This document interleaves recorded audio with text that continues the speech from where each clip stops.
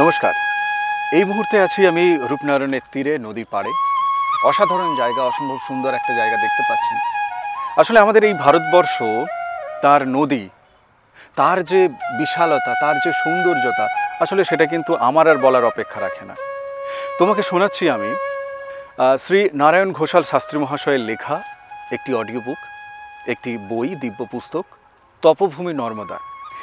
সেই মানুষটি নিজে তিনি 3000 কিলোমিটার পথ পাড়ি দিয়েছিলেন পায়ে হেঁটে, এবং তিনি দিব্যতা দর্শন করেছিলেন, দিব্যতা লাভ করেছিলেন তার ভেতর। সেই গহীন বন জঙ্গল, তার ভেতর থেকে কিন্তু একেবারে এই নর্মদা নদীর তটে তটেই হাঁটছিলেন। যেমন এখন রূপনারায়ণের তটে দাঁড়িয়ে আমি রেকর্ড করছি, ঠিক তেমনিভাবে এই তটে তটেই তিনি হাঁটছিলেন। সেখানে কোথাও তিনি জঙ্গল পেয়েছেন, কোথাও পাহাড় পর্বত পেয়েছেন, কোথাও বিভিন্ন হিংস্র জন্তু জানোয়ার পেয়েছেন, কিন্তু তিনি সেই বাধাকে কখনো বাধা মনে করেননি। তিনি সূর্যমুখীর মতো। সূর্যমুখী দেখবে, যেমন সকালবেলা হোক কি সূর্যাস্তের সময় হোক, তারই ভাষায় বলছি, এটা আমার ভাষা না, এই বইতে লেখা আছে। যেমন সূর্যের দিকেই সবসময় তার মুখ থাকে, ঠিক তেমনিভাবে তার দৃষ্টি সবসময় ছিল আধ্যাত্মিকতার দিকে, তার দৃষ্টি সবসময় ছিল মা নর্মদার দিকে। এই যে দিব্য শক্তি তিনি অনুভব করার জন্য পায়ে হেঁটেছিলেন। এক রহস্য রোমাঞ্চে ভরপুর তার সেই জার্নি, তার সেই পথ চলা তোমাকে শোনাচ্ছে। আমরা আগের দিন জানতে পেরেছিলাম সেটা একটু বলে নেই, যে এই যে নদী আমরা দেখতে পাচ্ছি, এই নদী কেবলমাত্র নদী না। আমরা যারা সাধারণ মানুষ, আমাদের চোখে এই নদী নিহাতি একটা নদী, কিন্তু যারা যোগী পুরুষ আছে, যারা সিদ্ধ পুরুষ আছেন, তাদের কাছে কিন্তু এই নদী আলাদা একটা দিব্যতার একটা জায়গা। অবভিয়াসলি মা তো বটেই, কিন্তু এই নদী তাদের কাছে এক সাধনার ক্ষেত্র। কেমন? তো এটুকু আমরা জেনেছিলাম, তারপরে আজকে জানছি মহর্ষি বেদব্যাসের গঙ্গা সম্বন্ধে যে উপলব্ধি, সেই উপলব্ধির কথা আপনি শুনুন। তিনি বলছেন, সংসারে যারা নিষ্পাপ, তারা গঙ্গাকে সহস্র সূর্যতুল্য পরম জ্যোতিরূপে দর্শন করে থাকেন। নর্মদা গঙ্গার মতো বিষ্ণুপাদী নন, তিনি রুদ্রকন্যা, স্বয়ম্ভু মহাদেবের তেজ হতে তার জন্ম। গঙ্গার অপার মহিমার কথা স্মরণে রেখেও মহর্ষি ভৃগু, কর্দম, কপিল, দুর্বাসা, অনিমান্ডব প্রভৃতি বৈদিক ঋষিরা ঘোষণা করেছেন, নর্মদা সরিতাং শ্রেষ্ঠা রুদ্র ত্রেজাত বৃণীশ্রিতা তারয়েত সর্বভূতানি স্থাবরানি চরানি চ। অর্থাৎ নর্মদা সমস্ত নদীকুলের মধ্যে শ্রেষ্ঠ। রুদ্রের যে তেজ হতে তার সমুৎপন্না তিনি, স্থাবর জঙ্গম সমস্ত কিছুতেই তিনি ত্রাণ করেন। সর্বসিদ্ধি মেবাবপন্নতি তস্যা তট পরিক্রমাত। অর্থাৎ শুদ্ধ চিত্তে তার তট যদি কেউ পরিক্রমা করে, তাহলে কিন্তু তার সর্বসিদ্ধি আয়ত্ত হয়। আমরা এই তটভূমি যে নর্মদা, সেই তটভূমি নর্মদাটা ধীরে ধীরে কিভাবে জীবনে তপভূমি হয়ে উঠছে, তপস্যার যে ভূমি হয়ে উঠছে লেখকের, অর্থাৎ নারায়ণ ঘোষাল শাস্ত্রী মহাশয়ের, তো তার সেই জীবনের কথা আমরা জানছি তপভূমি নর্মদাতে। খেয়াল রাখবেন, নর্মদা বা গঙ্গা সম্বন্ধে ওইসব কথা যারা ঘোষণা করে গেছেন, তারা বর্তমান যুগের লুঠানানন্দ, রমণানন্দ, ঝোতারাম, রমণীশ বা বটকেষ্ট মার্কা কোনো অভিসন্ধিপরায়ণ সাধু সন্ন্যাসী নন। তারা প্রকৃত ঋষি, ঋষ ধাতু দর্শনে দ্রষ্টা, তারা ক্রান্তদর্শী, সত্য সন্ধ, জিতব্রত, তপসিদ্ধ মহাযোগেশ্বর সবাই। তো তারা কোনোভাবেই অতিশয়োক্তি বা মিথ্যা ফলশ্রুতির বর্ণনা করেননি। তাদের মধ্যে সাম্প্রদায়িক ভেদবুদ্ধি ছিল না। তাদের আহারে বিহারে, ভাবনা চিন্তায়, ধ্যান ধারণা কিংবা মননে মিথ্যার কোনো কালিমা ছিল না। তারা যা চোখে দেখেছেন, যা উপলব্ধি করেছেন মন থেকে, তাই তারা বলে গেছেন। দ্রষ্টা বলেই তাদের উপলব্ধিজাত সত্যকে জোরের সঙ্গে বলতে পেরেছেন। যাদের চোখ পাপ ক্লিষ্ট, সেই সমস্ত নাস্তিক রেবা অর্থাৎ নর্মদাকে একটা সাধারণ জলেপূর্ণ নদী হিসেবে তারা দেখবে। এরপর বলছেন যে মহাভারতের বন পর্ব পড়লে আপনি দেখতে পারবেন, যুধিষ্ঠির যাচ্ছেন তীর্থভ্রমণে, তার মনে শান্তি নেই। কপট দ্রুত ক্রীড়ায় তিনি রাজ্যভ্রষ্ট, পাশা খেলায় তিনি রাজ্যভ্রষ্ট হয়ে গেছেন। অবর্ণনীয় দুঃখ কষ্টের মধ্যে তাদের কাল কেটেছে। পুরোহিত ধৌমমুনি তাকে পরামর্শ দিচ্ছেন যে তীর্থে তীর্থে পরিব্রাজন করো, মনের বিষাদ যোগ কেটে যাবে, অচ্যুত বিশ্বাসের ভূমিতে স্বপ্রতিষ্ঠিত হতে পারবে, যাবতীয় সংকটের অবসান ঘটবে। সহসা সেখানে আবির্ভূত হলেন পুলস্ত্য মুনি। যুধিষ্ঠিরের পরিব্রাজনের সংকল্প জেনে তিনি খুবই আনন্দ প্রকাশ করলেন। তিনি বললেন যে, দেখো যুধিষ্ঠির, তুমি অন্যান্য তীর্থ তো যাবেই, বিশেষ করে ত্রিলোক প্রসিদ্ধ নর্মদাকে অতি অবশ্যই দর্শন করে আসবে। নর্মদাতে পিতৃপুরুষ এবং দেবতাদের পূজা ও তর্পণ করলে অগ্নিষ্টম যজ্ঞানুষ্ঠানের ফল লাভ হয়, তিনি বলছেন। এখানে আপনি লক্ষ্য করুন, পুলস্ত্য মুনি বলছেন যে নর্মদা ত্রিলোক বিস্তৃতা। বেদব্যাস মহাভারত লিখছেন অন্তত আজ থেকে ধরুন প্রায় 5000 বছর পূর্বে। তাহলে 5000 বছরের অধিক কাল হতেই নর্মদার পাবনী শক্তির মহিমার কথা কিন্তু মুনি ঋষিরা জানতেন। বৈদিক অগ্নিষ্টম যজ্ঞ বহু ব্যয়সাধ্য। বেদজ্ঞ জিতেন্দ্রীয় সিদ্ধ ক্রিয়াবান ছাড়া এই যজ্ঞের কেউ হোতা বা ঋষি বা আচার্য হতে পারেন না। স্বয়ং বেদব্যাস পুলস্ত্য মুনির মুখ দিয়ে জানাচ্ছেন যে দুশ্চর অগ্নিষ্টম যজ্ঞের অনুষ্ঠানে যে ফল হয়, এই নর্মদার তটে পূজা অর্চনা করলেও সেই একই ফল হয় না। আসলে এটা নর্মদা তট না, আমি আপনাকে দেখাচ্ছি। এটা রূপনারায়ণের পাড়, রূপনারায়ণের তটে আমি দাঁড়িয়ে আছি আর আপনাকে শোনাচ্ছি তপভূমি নর্মদা। আমার কাছে এটা সৌভাগ্য যে আপনি শুনছেন এখনো। এখানে লেখক আমাদেরকে একটা প্রশ্ন উত্তরের মুখোমুখি করছেন। তিনি নিজেই প্রশ্ন করছেন, আবার উত্তরটাও তিনি নিজে নিয়ে আসছেন যে একটি বিশেষ নদীতে স্নান, দান, পূজা চর্চা করলে বা তীর্থ জ্ঞানে তার তীরে তীরে পরিভ্রজন করলে ঐহিক ও পারত্রিক মঙ্গল হয়। যুক্তিবাদী মন এতে সায় দেয় না। এ হচ্ছে যে যার সংস্কার ও বিশ্বাসের কথা। অনেকেই আছেন তারা বলবেন যে তাদের হয়েই আসলে লেখক প্রশ্নটা করেছেন যে সাপোজ আমি এই নদীতে স্নান করলাম, খুব ভক্তি ভরে স্নান করলাম, আমার পাপ ক্ষয় হলো, আমি তো একে দিব্যতা জ্ঞানে দেখিই না, দিব্য জ্ঞানে তো দেখিই না। আমি বলতে পারি যে ওটা আপনার সংস্কার। সেখানে কি উত্তর দিচ্ছেন দেখুন। বলছে যে হ্যাঁ, সেদিন এক কবিরপন্থী সাধু এসে কবির বাণী উদ্ধৃত করে শুনিয়েছিলেন বটে, तीर्थ में শুধু পানি है उसमें कुछ नहीं হবে, মানে কিছু হবে না সেখানে, শুধুই তো জল, কিছুই হবে না সেখানে। তো কিছু না মানার গোসাইদের মুখে ওই কথাই তো মানায়, কেননা কিছু মানতে গেলেই তো তাতে পরিশ্রম করতে হবে। গৃহসুখ পরিত্যাগ করে রোদ জল ঝড় বৃষ্টি মাথায় নিয়ে পাহাড় পর্বত নদী বিভিন্ন জায়গায় ঘুরে বেড়াতে হবে। আর এটা কি আরাম প্রিয় মানুষের ভালো লাগে? নিশ্চয়ই না।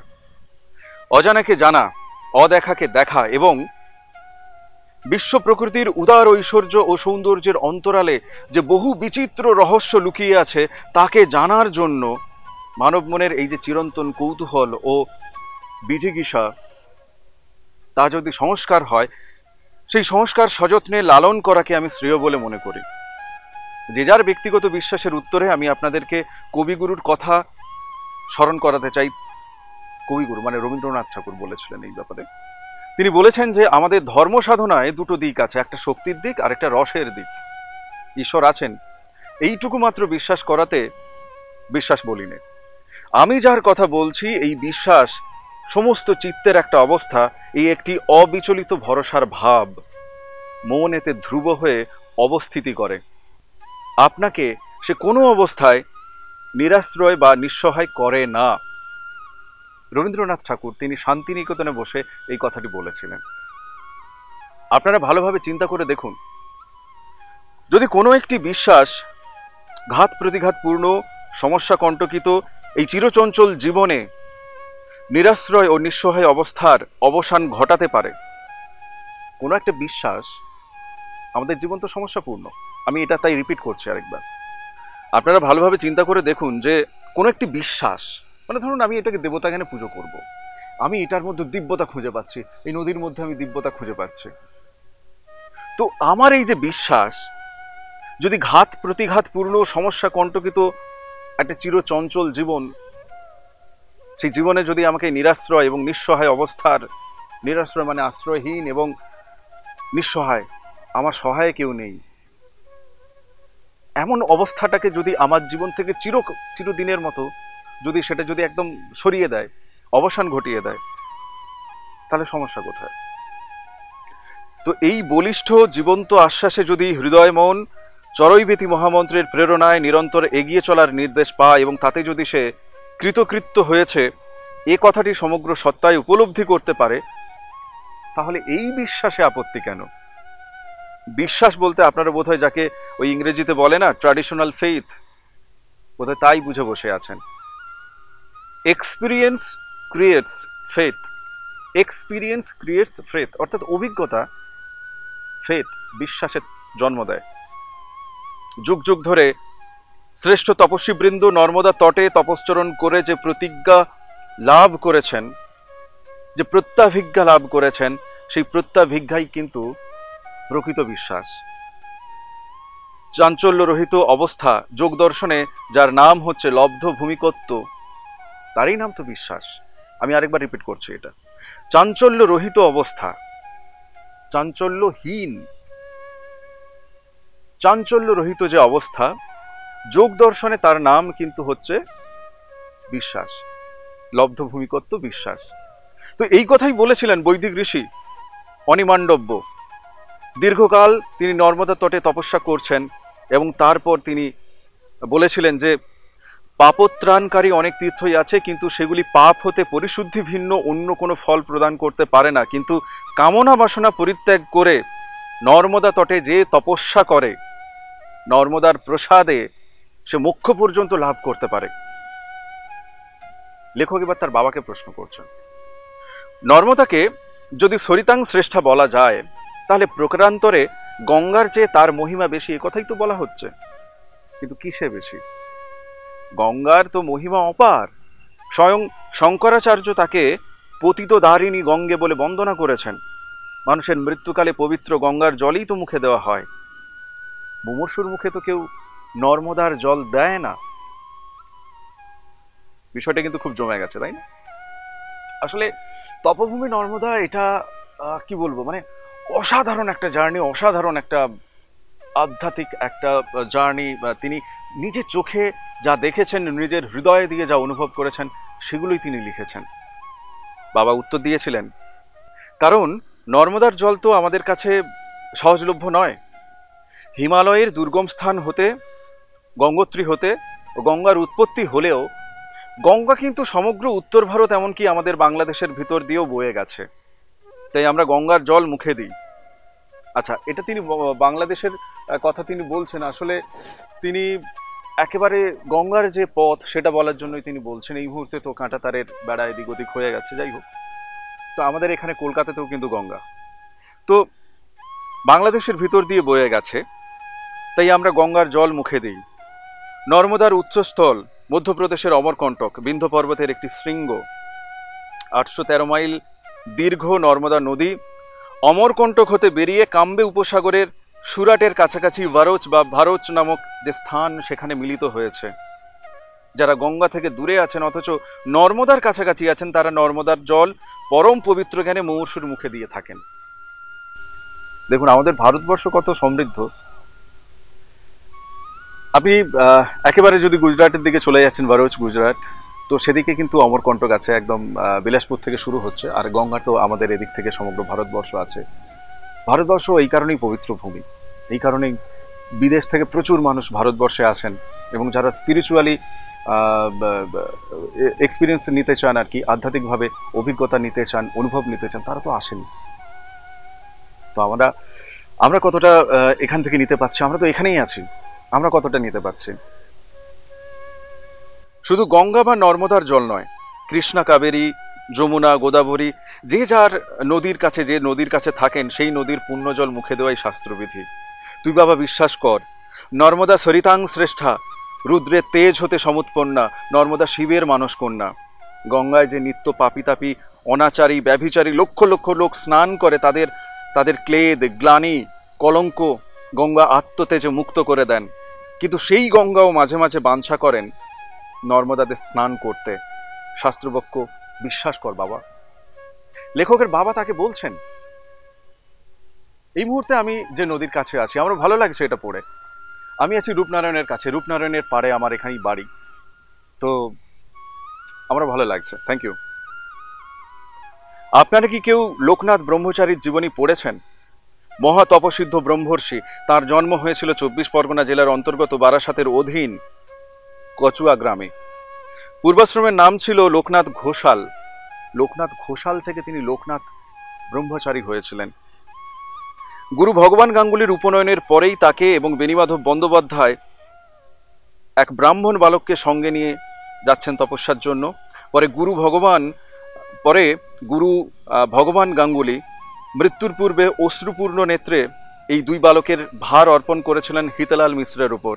এই হিতলাল মিশ্রই জগৎ প্রসিদ্ধ ত্রৈলঙ্গ স্বামী। দেখুন, আমরা অনেক কিছু জানতে পারছি এখান থেকে। ত্রৈলঙ্গ স্বামীর নাম কে না জানে? আমরা তো জানি। আমরা অনেক কিছু জানতে পারছি এই তপভূমি নর্মদা থেকে। হিমালয়ে তপস্যার পর বেণীমাধব হন উমানন্দ ভৈরব। আচ্ছা, এখানে কিন্তু আমি এটা আটকানোর জন্য আসলে এখানে ত্রৈলঙ্গ স্বামী কি করে হচ্ছেন, লোকনাথ ব্রহ্মচারী তিনি কি করে তার সাধারণ জীবন থেকে কি করে দিব্যতা অনুভব করছেন এবং তিনি ব্রহ্মচারী হচ্ছেন, সেই জার্নিটা আছে। আরেকবার, হিমালয়ে তপস্যার পর বেণীমাধব হন উমানন্দ ভৈরব।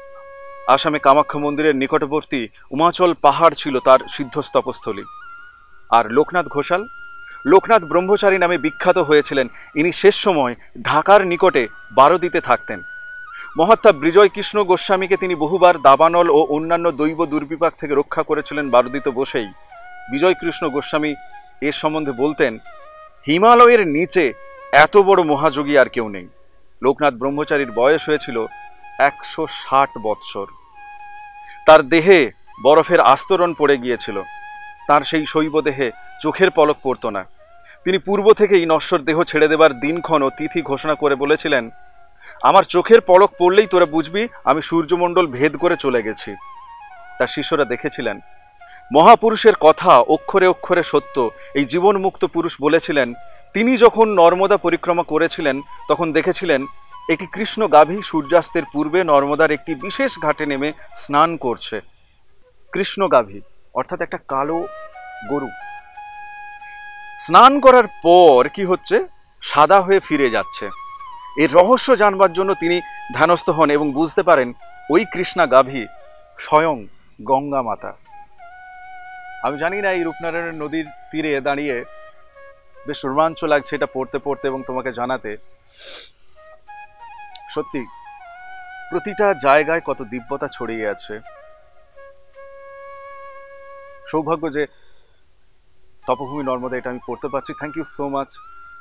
সেই পুণ্যাত্মা এই তপভূমি নর্মদার লেখক এবং যোগী, তাকে আমার প্রণাম জানাই। এবং আপনারা যারা দেখছেন, সত্যি সত্যি আপনারাও কিন্তু সেই সুমনের অধিকারী না হলে কিন্তু আপনারা দেখতেন না। এটা সঙ্গে থাকার জন্য অনেক ধন্যবাদ। চলুন আমি একটু আর এগোই।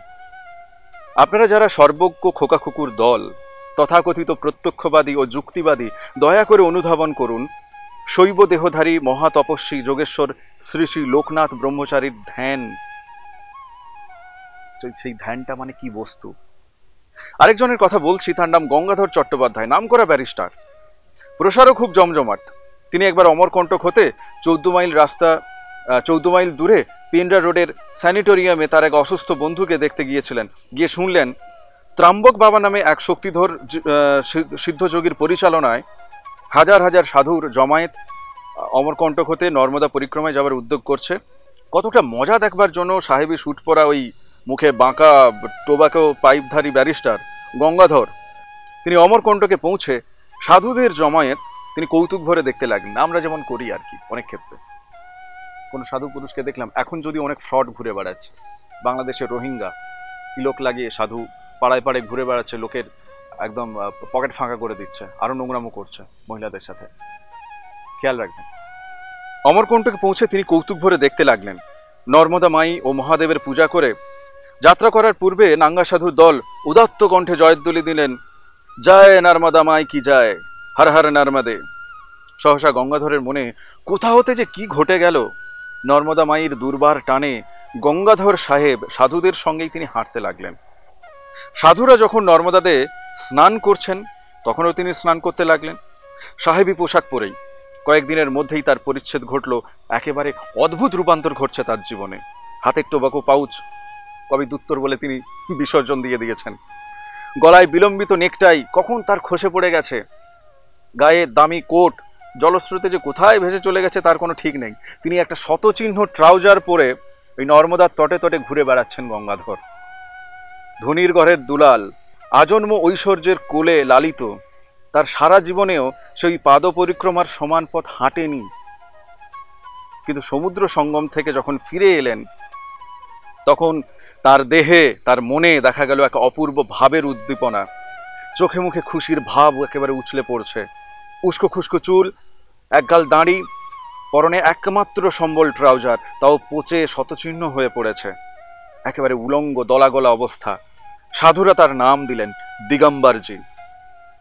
তার গুরু ত্রাম্বক বাবার মতে दिगंबर जी दिव्य आनंद लाभ करेछन। जैसा आनंद गंगाधर जी को जीवन में आ रहा है वो किसी को मिलना बड़ा कठिन है।